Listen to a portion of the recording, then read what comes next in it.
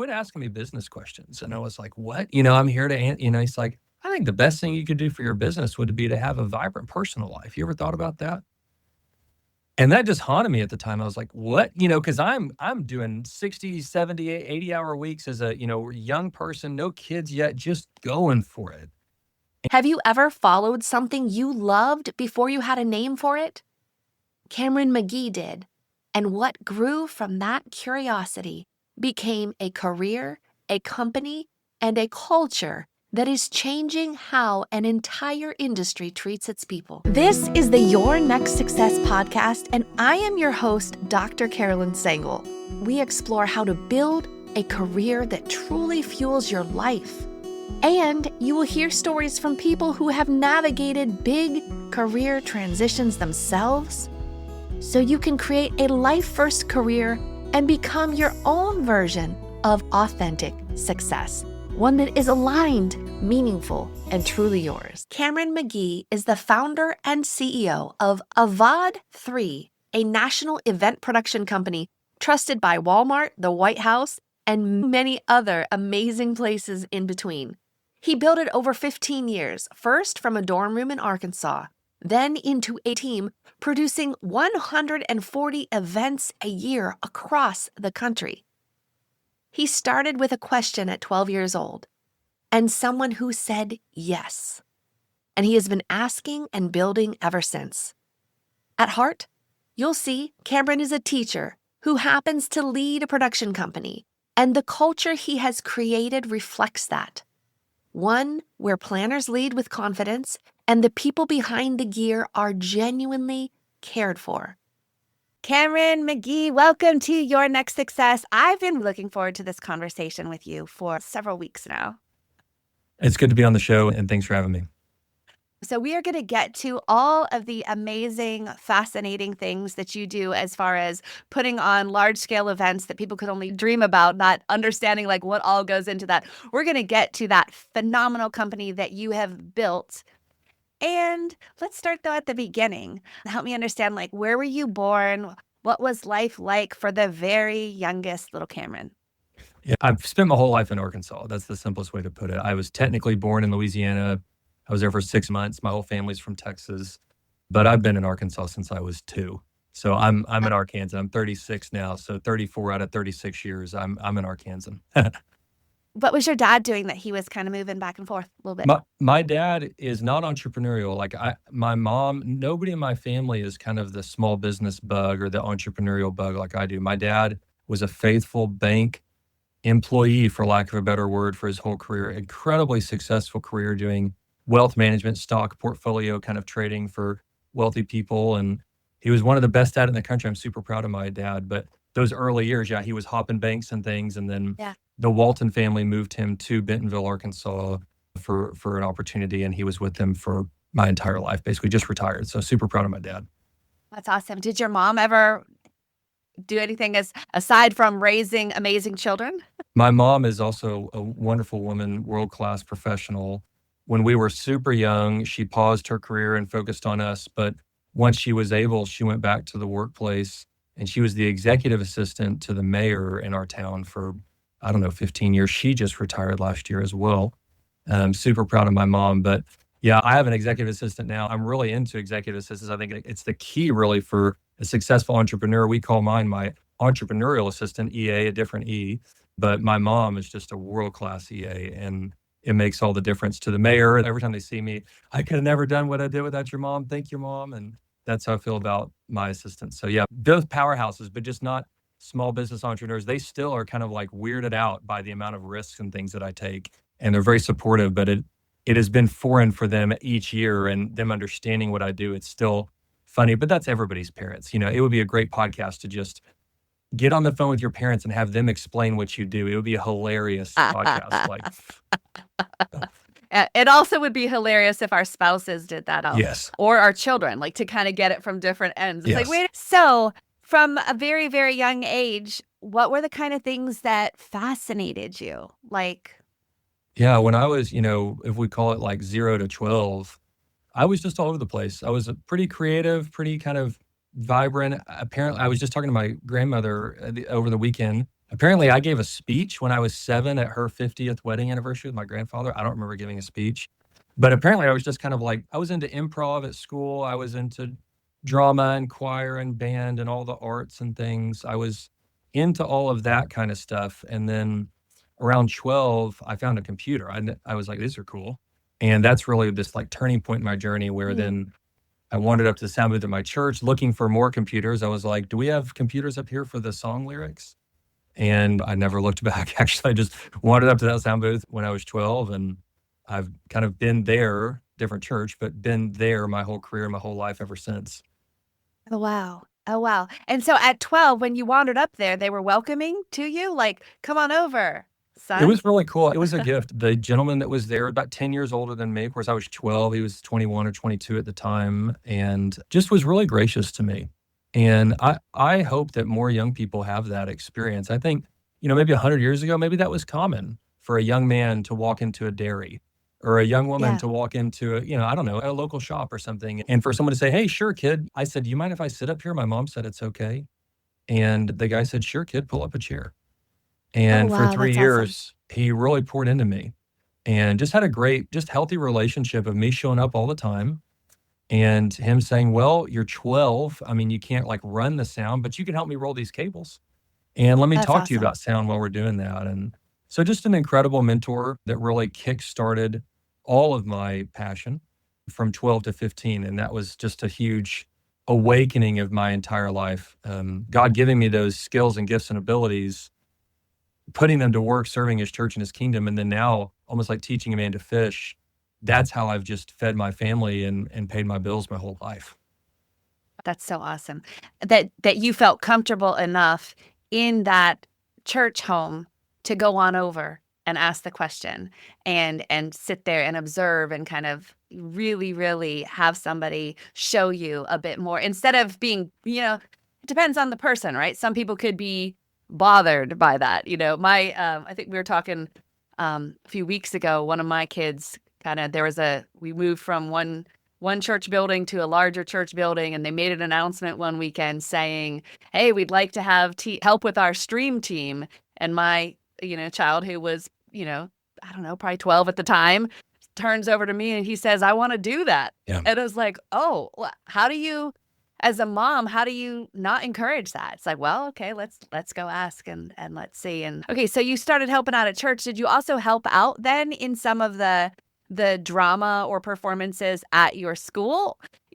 Or like, were you on the stage or behind the scenes? No, Was at What that was point, I that? pretty much got off the stage. I'm on stage a little bit now in my life after this 12-year-old epiphany, but for the Yeah. most part, I was behind the scenes. I think what happened there, really the awakening also around that 12, 13 age was I wanted to do production all the time. I mean, it was like I had found, a treasure chest. I'd Mm. never been awakened like this is just so natural to me. I'd never really been good at anything else, particularly good, not athletic. I don't have great skills. But it just seemed like production came to me like just a duck to water, just 10 times faster, everything 10 times deeper. It was so clear. But church, only needs you Sundays and Wednesdays, basically. This particular church was a larger church. So we were doing weddings on Saturdays and funerals on Fridays. There was stuff going on, women's events, youth events.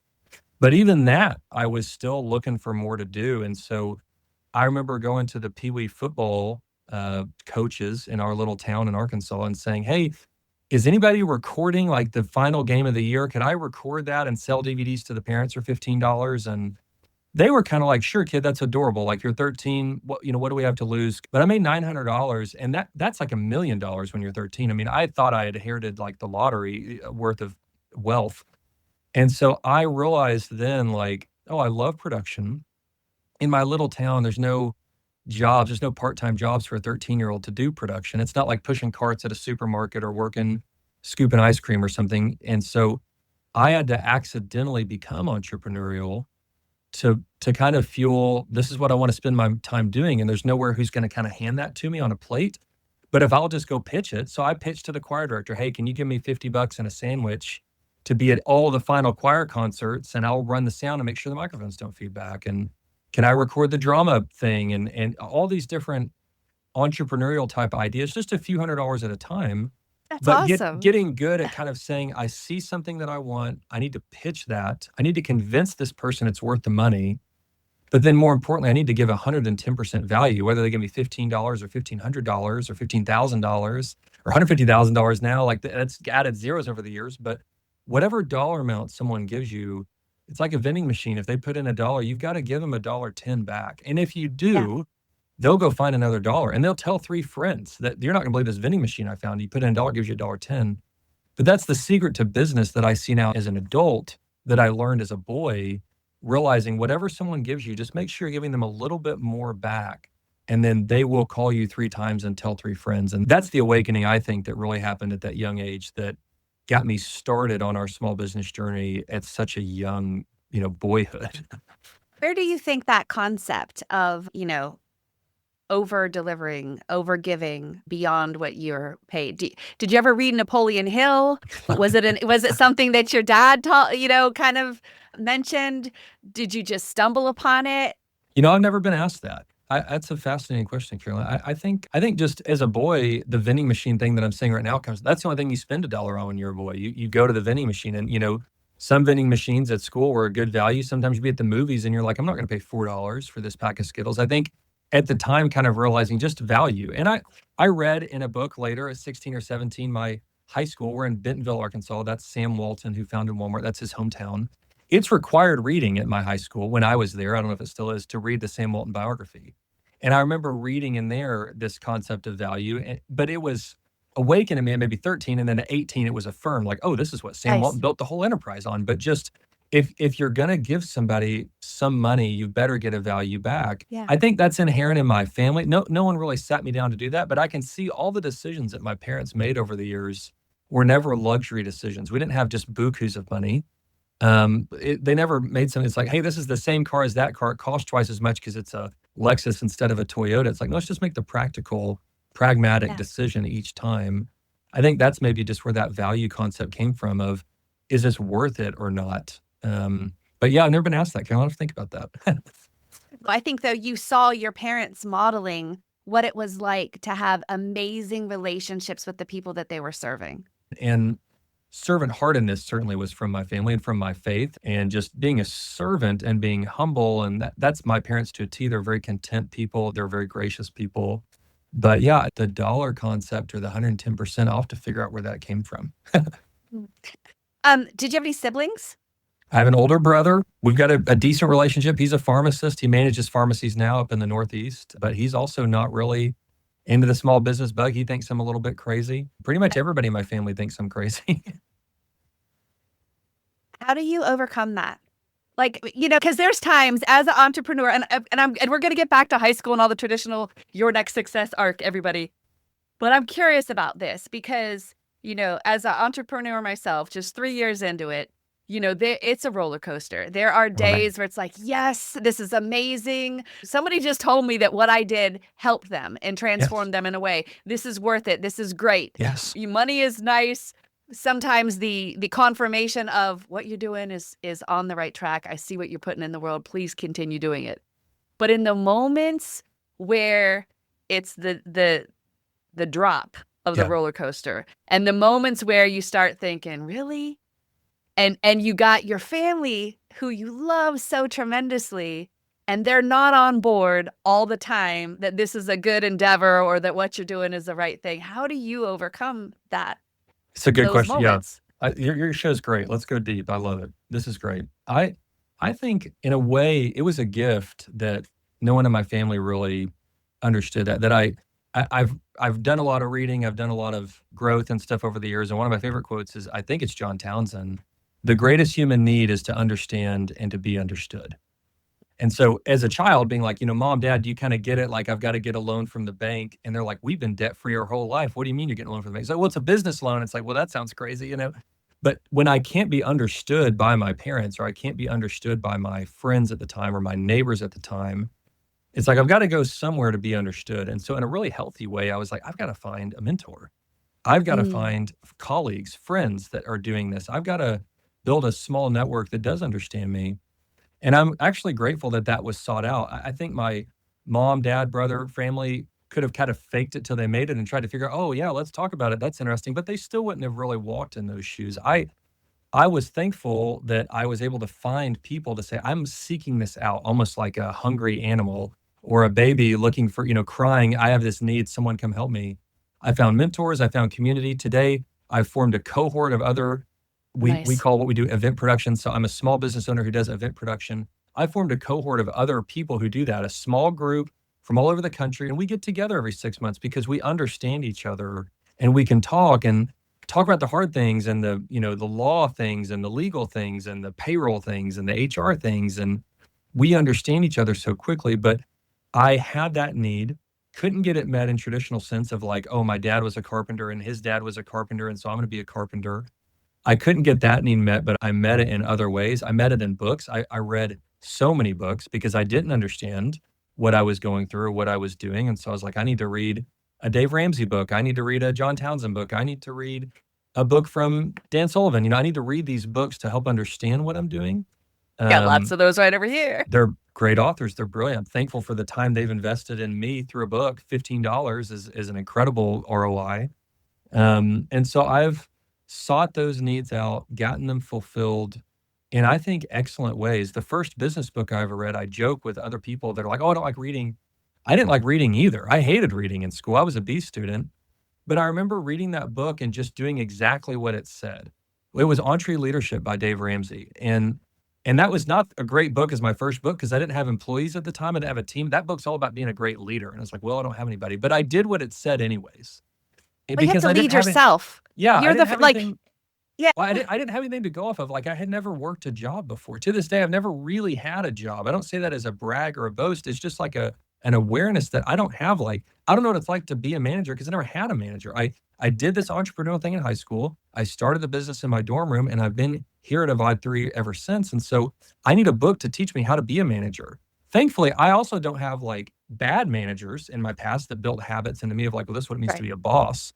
But I had to read books. I had to find mentors to say, I like how you lead your company. Will you teach me? I like how you're a manager. What did you read? I've invested so much in workshops and training and things over the years. But I think in an interesting question here, it didn't come from my family. And so I sought it elsewhere.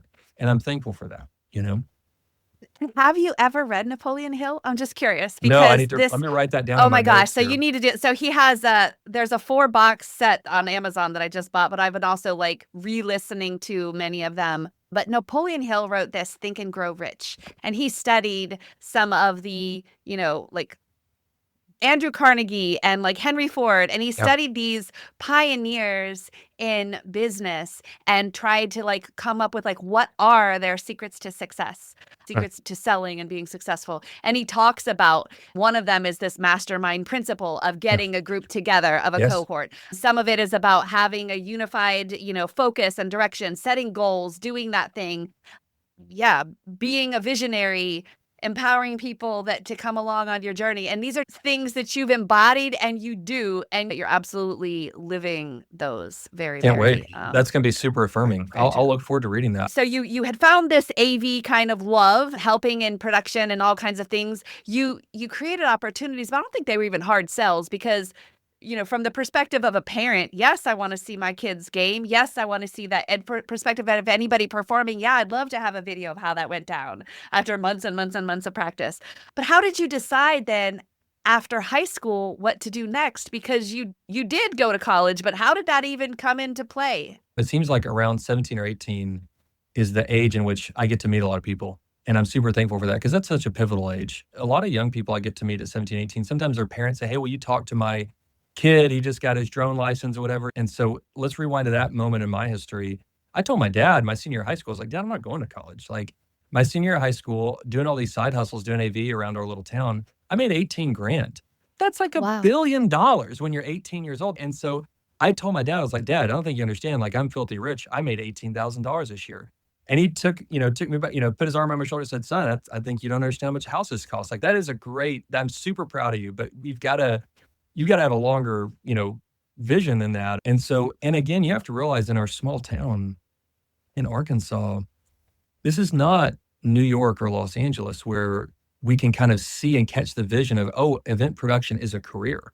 In our small town, like me wanting to do AV, he's like, okay, are you going to work at the news station or are you going to get that job at the church that that guy had? Those kind of like the two options. And so he graciously, we went and met with a guy who worked at the news station. We went and met with the new guy who had that job at the church. We went and met with a corporate guy who ran the auditorium at an enterprise here in town and asked all of them, what should Cameron do for college? And I think my dad thought those hamburgers these lunches we did with these gentlemen, that they were all going to basically kind of trick me, or not trick me, but kind of say like, oh, Cameron, you should totally go to college. Because my dad handpicked these guys I think he knew had college degrees. And so we sit down with each guy and hamburger after hamburger, lunch after lunch. We're like, no, I don't think it's really necessary. He could just, not go to college. And so it's this really funny dance with my dad at 18. You think you know everything at 18. And I'm like, look, Dad, this is totally backfiring. Like, I'm not going to college. All these guys say you don't need to.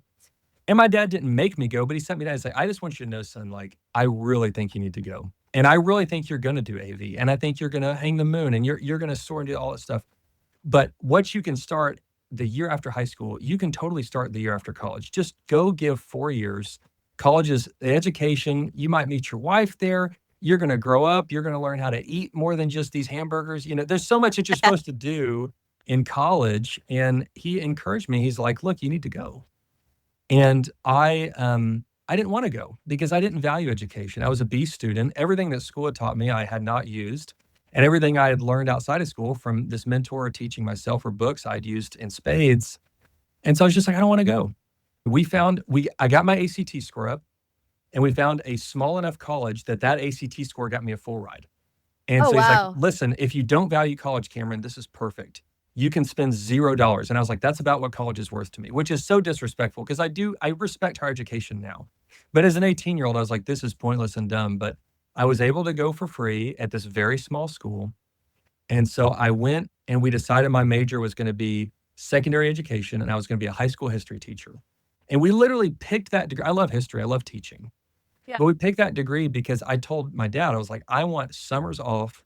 I want to know at 3:00 every Friday, I can go do the actual gig that I want to do. And really in my wildest dreams, I thought maybe this business would just be what it had always been, doing DVDs for parents, running sound at little concerts. I thought maybe by age 40, I would have 4 people working for me, maybe tops, maybe we'd have like a bigger trailer, a storage unit, and some walkie-talkies. I never dreamed what Avantry is today was possible because I hadn't seen that in our small town. And so I went to college, did this kind of almost throwaway major. I say that disrespectfully, but I'm trying to be respectful about it. And really incubated the LLC in my dorm room and really got serious about it. But that's kind of that chapter, if that's what you're looking for. That's awesome. Okay. And I appreciate all of the perspectives, right? Because there are things that could be right for someone. But I Yeah. also am so impressed that even in that young age, you had this vision of what you kind of wanted your life to be like. And you wanted to enjoy summers and you wanted to have things and you wanted to so it's like you kind of had this view of, well, here's what I'm doing as my life of what I want to do. And then if I have to do something else to earn money, Monday through Friday, regular school hours, okay, I can do that because it'll fuel what I want to do. But That's just practical. That's my dad, that's my mom, and just it makes sense, Yeah. Yeah. And now, did they enjoy their life too? They worked really hard, but did they also take time out to do vacations and enjoy Yeah. experiences? My parents are so content. They don't live super vibrant lives, but it's not because they're being cheap or whatever. They're very just content, kind of just they like the simple things. My dad would go fishing and pretty just Awesome. normal. They love baseball, just like stuff that you don't have to live some exorbitant life to have. But I think the careers that they chose, in that, they're born in 1960 and 1961, that, they're in college in the late 70s. I think back then is a different thinking than it is now. The phrase like, do something you love and you'll never work a day in your life. That's so common, to young people nowadays. Maybe in the 70s, it was just like, get the best job you can with the best 401k. And so I don't think my dad asked himself in high school, what am I passionate about? He was passionate about playing pinball. I don't think he said, I'm going to go start a pinball business. He said, pinball is for boys. I'm going to get into this finance plan. I think my mom was like, I'm going to get really good professional skills, get good at typewriter. And so I think they were looking for well-paying jobs and careers. And that's my brother too. My brother's like, hey, I've got to work somewhere 40 hours a week. pharmacists make a great hourly rate. That's what I'm going to go do. And then, but it's because my brother's into bike riding and That's wakeboarding, all. and those don't Oh, pay. yeah. Whereas for me, my passion can be a career, but I had to kind of make it up. And that's not something that I don't think anybody else was really up for. I love it though, because you had a vision of wanting more. Now, from that younger lens, what did you think it meant for somebody to be successful? Yeah. What did you think that a successful adult from that view then? What did you think that was? I basically came to grips in my 20, in college, like, well, I'm never going to have as big of a house as my parents have because my dad does financial services. That's probably a higher paying tax bracket than AV, so not going to have that. And my brother's going to be a successful pharmacist. So I kind of like lower my expectations of like, if we can just have like a 3-bedroom house, if I can, be able to afford 2 kids but like people live on teacher salaries, people are policemen. My wife's a nurse. She's an ER nurse. Like you don't have to have, these lawyer finance Right. levels to be happy. And I kind of was like, success for me is like, if we could both make, basically a teacher salary times 2, she's a nurse and I'm doing this, and that's great. And again, I thought maybe by age 40, if I spend 20 years building this, maybe I'll have a few employees someday. I don't like the word employee. Today I say team member, but I'll have a Yeah. few team members someday. At the time I would have said that's an employee. I thought maybe we would have, maybe $100,000 in equipment. We'd have a few more speakers, a few more microphones, maybe 2 projectors or something. And that was really the dream. And I remember around age 24, 25, we were there. And I really had to really kind of do some soul searching on, is that the dream and am I done? Because I'm satisfied. I've been content every year of business. We're 15 years in. Next week, we celebrate 15 years. And That's each exciting. year, I've been thrilled. Like when it was just me, I was like, this is fun. When it was me and an intern, I was like, this is fun. When it was me and 4 people, I was like, this is so much fun. Like each year, I've loved our size. When we had a smaller shop, bigger shop, now we have a huge shop. Like I've loved each year of it. But I think what changed for me once we hit 4 people and I thought, is this it? That wasn't a midlife crisis at 25 of, is this it? I was like, I'm happy, but do I want to do anything else? And I had this awakening then of like, oh, I couldn't find a place that I want to work. What if I could create that place for others? What if I could build a place? We need to have more than 4 jobs here. But what if 18-year-old Cameron is going to be in this hometown? We're still in my hometown. There's going to be a high school kid someday that needs a job at 16 that could come work here in our shop. Or there's going to be someone who really wants to live in Northwest Arkansas because they want to raise their kids here. They don't want to have to be in LA or New York to do production. What if I could build that place? And again, it's not going to have thousands of employees someday, but we could have a team of 20. We could have a good core group and build a place we all want to work in our industry, which doesn't really care for people. Great. Unfortunately, there's a lot of production folks that do a 14-hour day and weren't even handled a bottle of water. I want to build a place that cares for production people, that builds a place that's sustainable. So it's not just a young person's game of you go on tour for 2 years and then you got to cut that out and start a family. I want to build a sustainable place. And that's really around age 25, what I started really working on. And now at age 36, what I feel like is my life's work is to build a place that we all want to work. And I'm affirmed by that. We just had a guy celebrate 11 years with the company last week. That's awesome. We just hired a new guy last Tuesday that has worked in every place, has been all over the industry. He's a super seasoned guy. And on his first week in the company, he gave a speech out here today. He's like, I don't think you guys realize you have built a special place. What you have is not normal. And he's like, I feel responsible now to steward this alongside you, that I won't be the new guy forever. And I want to protect our culture. And that's really what gets me out of bed in the mornings now, is building a healthy environment for event professionals, Imagine what your life would be like if your career aligned with who you are, what you do best, and actually fueled the life you want. At Next Success, we support all ages and stages through career transitions, from students exploring majors or careers to job seekers actively searching or reimagining their next move to professionals committed to self-awareness and leadership growth. Stay connected and explore what's possible at nextsuccesscareers.com and follow Next Success Method on LinkedIn, YouTube, Instagram, and Facebook. That's awesome. Okay, so I'm curious, did you meet your wife in college? That's the best thing of college was I met Laura. Yeah, that's the best part. Yeah, because your dad said you might, right? Yes, So, that's the best part of college. Yeah, Laura and I met. Yeah, it was awesome. That's the best part. that's awesome. Okay. And so then as college was finishing and you were, I guess if you were studying teaching, did you have to go be a student teacher somewhere? Yes, and I loved that too. I loved the kids. I was teaching 11th and 12th graders. That's great. Again, that's that 17, 18-year-old age where you have so much potential and you're right on the high dive of making these huge moves. I loved it. And I would Yeah. still like if a Vibe 3 was just like a wedding DJ business, if a Vibe 3 was like a wedding videography, if we were selling things $15 at a time, I would totally be a high school history teacher right now. And I would That's do this awesome. on the nights and weekends. But when I graduated, I decided to not get a teaching job for one whole year. I told my Okay. parents and her parents my senior year of my senior year of high school, I made 18 grand. I said my senior year of college, my goal is to make a teacher's salary while still being a senior in college, still doing my student teaching. And the teacher's salary at the time in the state of Arkansas was about $31,000, but 32 if we round up. And that's a really low bar. And so, because teachers are underpaid, just like nurses and Yeah, everything absolutely. else, all these Yeah. important people in our lives. And so, my senior year of college, while doing student teaching, while turning in all my teachers' college book reports that Laura helped me do at 2 a.m. We got married while I was in college. So, we're together, early. Yeah. And I was I was a few $100s short of a teacher's salary. When I walked across the stage at graduation, Wow. I tipped my hat to the seating section where our whole families were, and I'd put our company logo on the hat, and they were all Oh, like, that's "Oh, awesome. shoot." Because I told them, "If I can do this, I'm not gonna get a teaching job," which is not it's not career suicide for a teacher. You can totally you have 5 years, but you're supposed to go get it. But I was like, "I'm gonna go all in.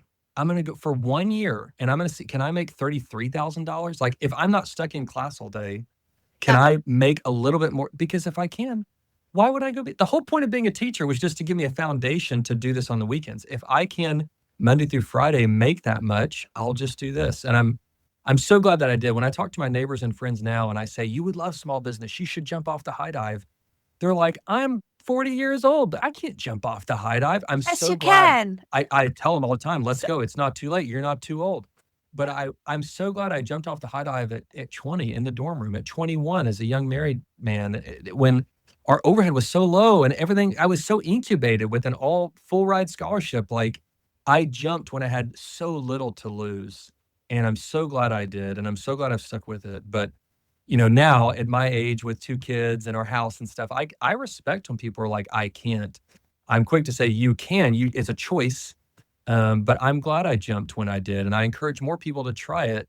You can always, quote unquote, go get a job, but it is hard to try the small business entrepreneur route. And I wish more young people would do it because it takes so much energy. And I had more energy at 22 than I do at 36. I think there's some testaments to you is that you sought out opportunities to learn and gain experiences and try things like an experiment, right? Yes. And you had, a defined timeline and kind of what you wanted to achieve. And so you built this from, I guess, weddings and events and recording different things. And then when did you start to dream bigger? Or was it the people that you served well in little things then had bigger things? How did it get to bigger? And we still haven't even like let everybody know like how big is it? What's happening? Yeah. Yeah. I'll give the destination real quick and then kind of go to the turning point. So, like, we have 20 people, which I'm super proud of. We do events all over the country. Avad 3 does about 140 events a year all over the country. So we leave for Washington, D.C. tomorrow.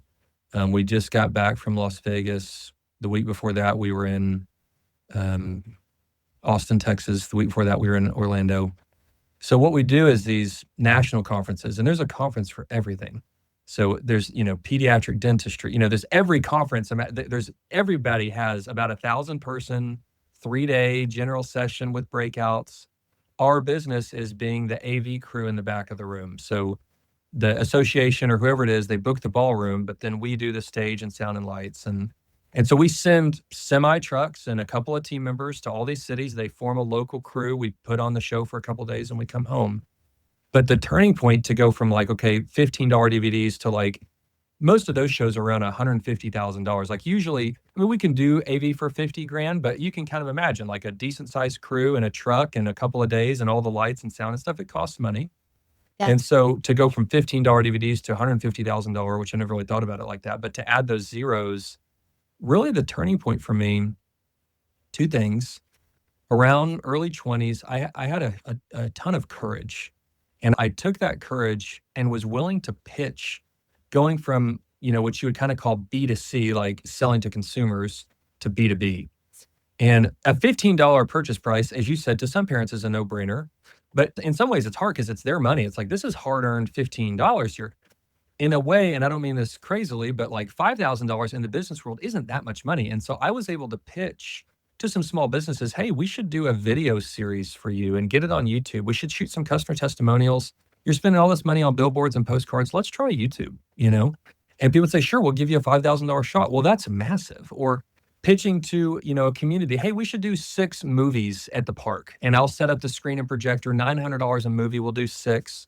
And they were like, oh, 900, we could totally do that. And so having courage to try those pitches, that's really what started almost our local or regional small business of, okay, now we're not doing just like the wedding. We're doing the 1,000-person gala who's raising money for the American Heart Association in our county or something like that. That courage of saying, hey, at a business level, if you're going to put all these people in this ballroom, the last 6 years, the people in the back can't hear.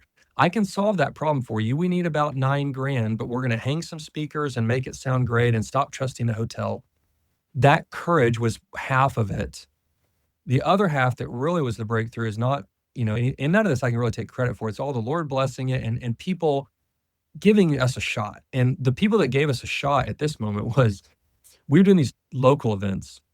And we had one of our clients who works at a big company use us when they were in town, but they started getting frustrated when they were on the road because we have a really high standard of service. And I'm really proud of that. Again, like I'm big on like, give them 110% and great service and show up early and tuck your shirt in and reply to that email rapidly. And so this client came to me and said, hey, you're not going to believe the prices that we're paying when we're in some of these bigger markets. It's such a high price.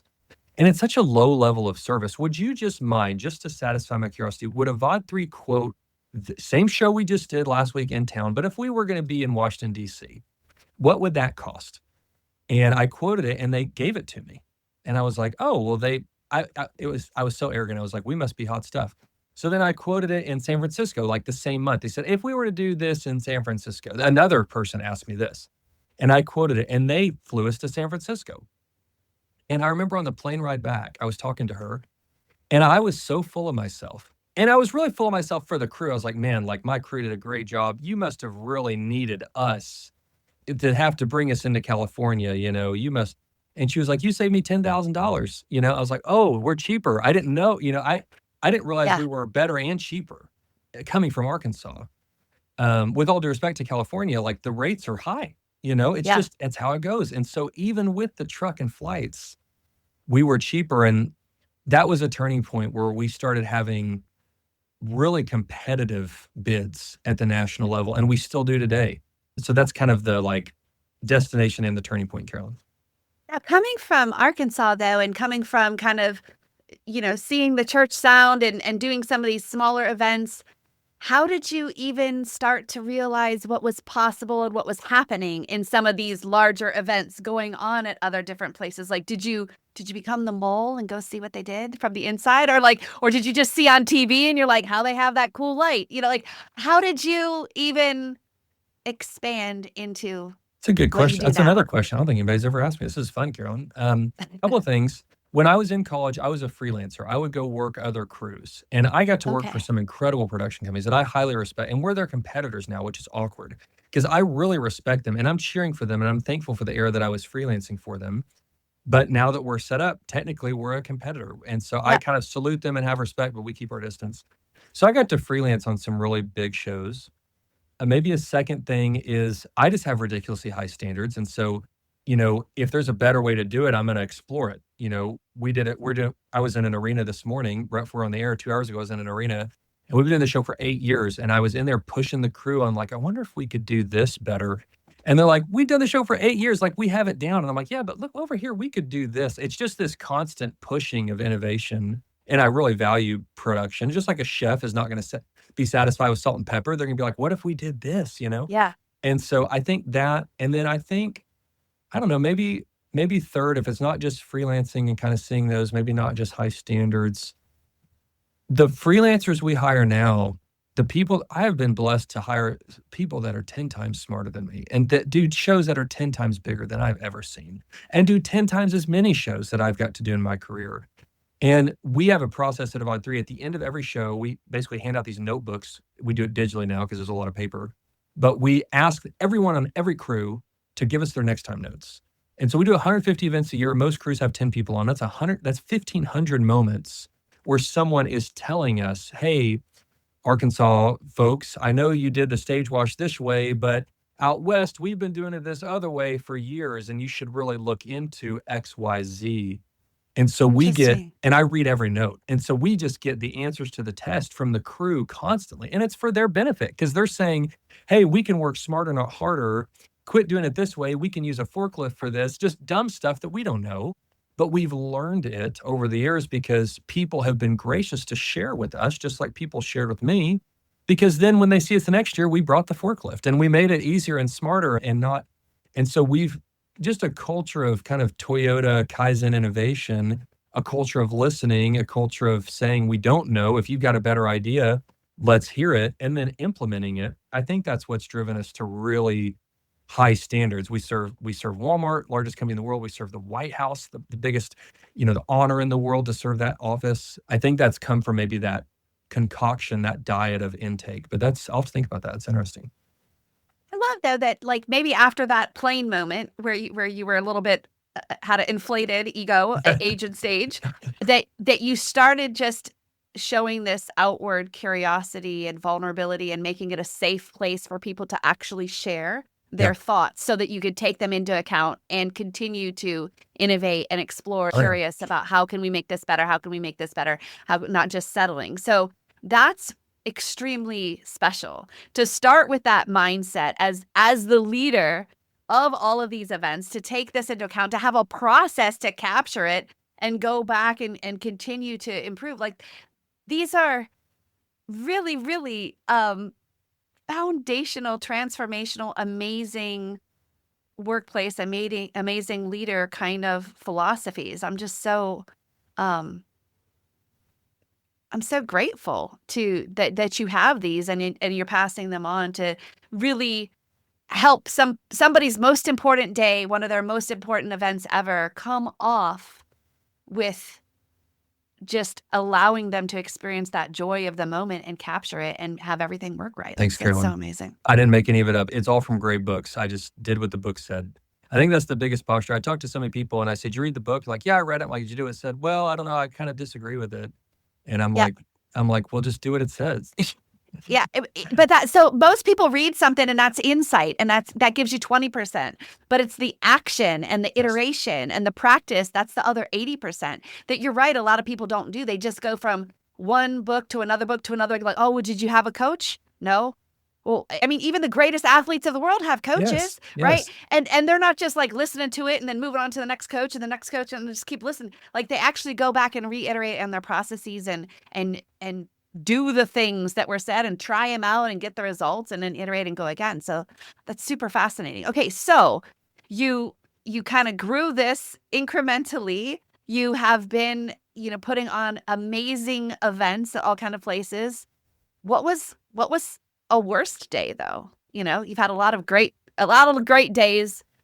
What are some of the worst days you've overcome?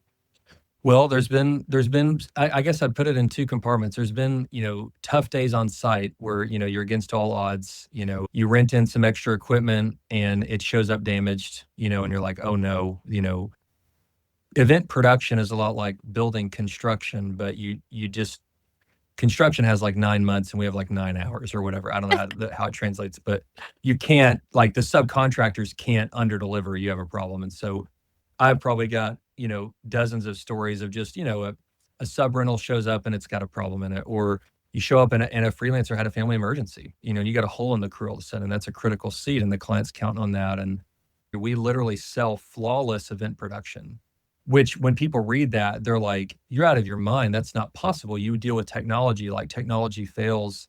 What are you talking about? But we genuinely sell flawless event production. And so some people are like, well, that sounds expensive and I can't afford that. And we're like, well, let's try it. Let us quote it.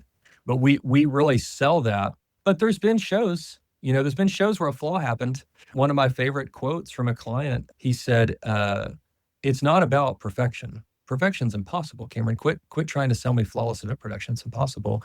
What I like about Evad 3 and why I keep calling you and your guys and your crew and your gals to come out and do this is it's how y'all respond when things don't go well. When the venue, the power goes out or something happened, like you can't sell me perfect. I'm not trying to sell you perfect. I'm trying to sell you flawless where the audience didn't know any better. There's stuff happening backstage, but they don't know. Yeah. And so I love that quote about responding when something goes wrong. So I've got all sorts of stories of lights failing or microphones failing. And we've turned all those into checklist items now where we have backups and all those things. But then I've also got stories just from business.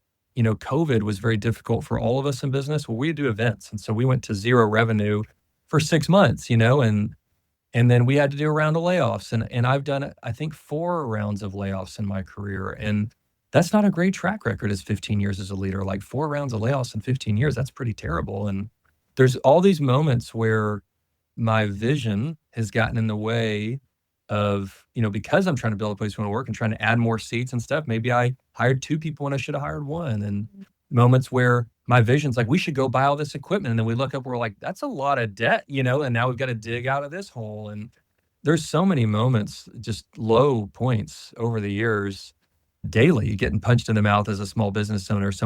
A key person resigns and it's like, oh, we had a great person, they resigned. Or you've got a person who's not a great person, now we have to fire them. There's a daily, weekly punch in the gut.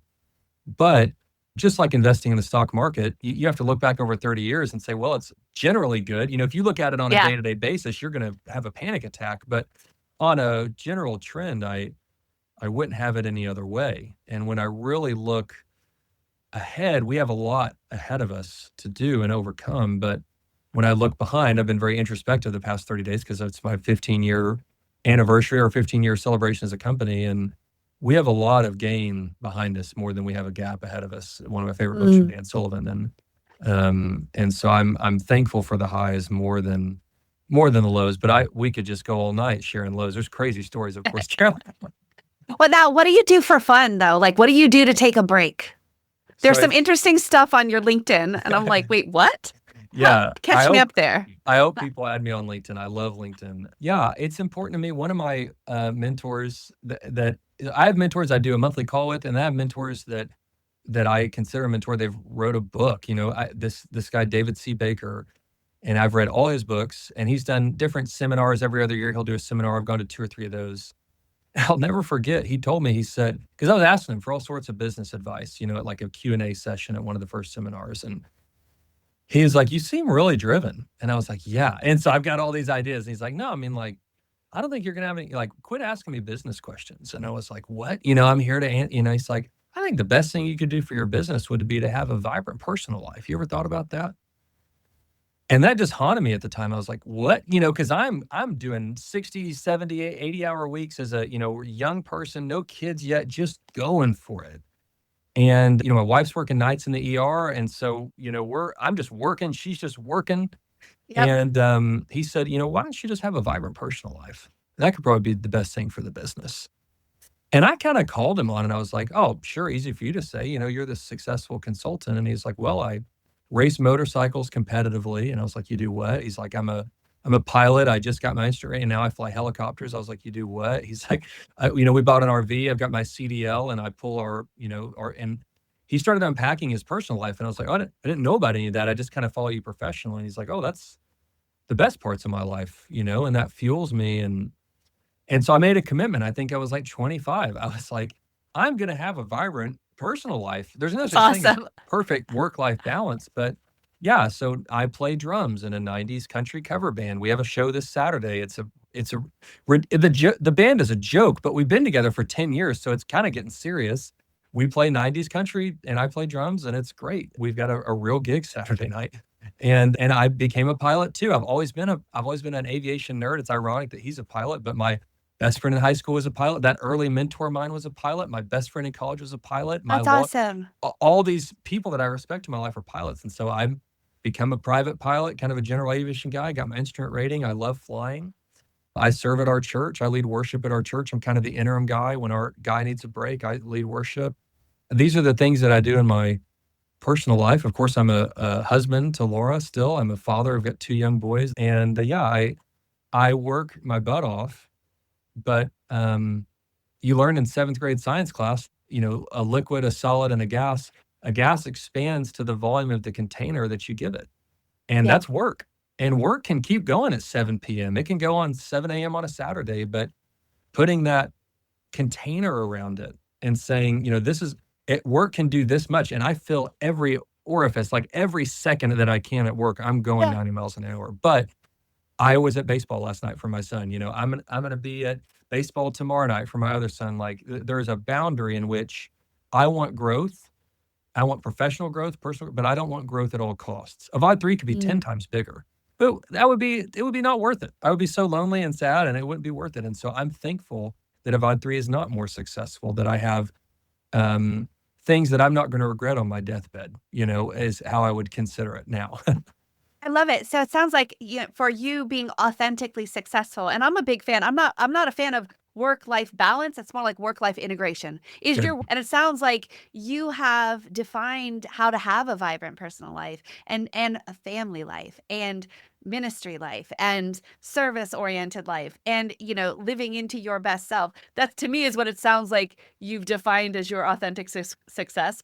But is there anything you would add to how do you define authentic success for you in this moment? Yeah, it's those 5 things. Am I being a good husband? Am I being a good father? Do I have good health?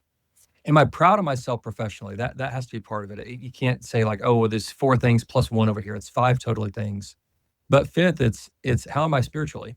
And so I'm a believer. I love the Bible. I follow Jesus Christ. I think he's the perfect example of a life well lived. And I'm subscribed to trying to be as close to his example as I can. Everybody has different faiths. And so I'm passionate about my faith, but for everyone, you have to be spiritually healthy just as much as physically healthy and relationally healthy and all these things. I think that may be the thing I haven't covered a ton today. I'm proud of my faith and I'm not ashamed of the gospel, but I try not to turn these podcasts into a sermon. But I'd love to talk to anyone about that anytime. If you want to add me on LinkedIn, we talk about any of this stuff, I love it. I love it. I love that you're just living into who you are and whose you are. So it's just such a beautiful life.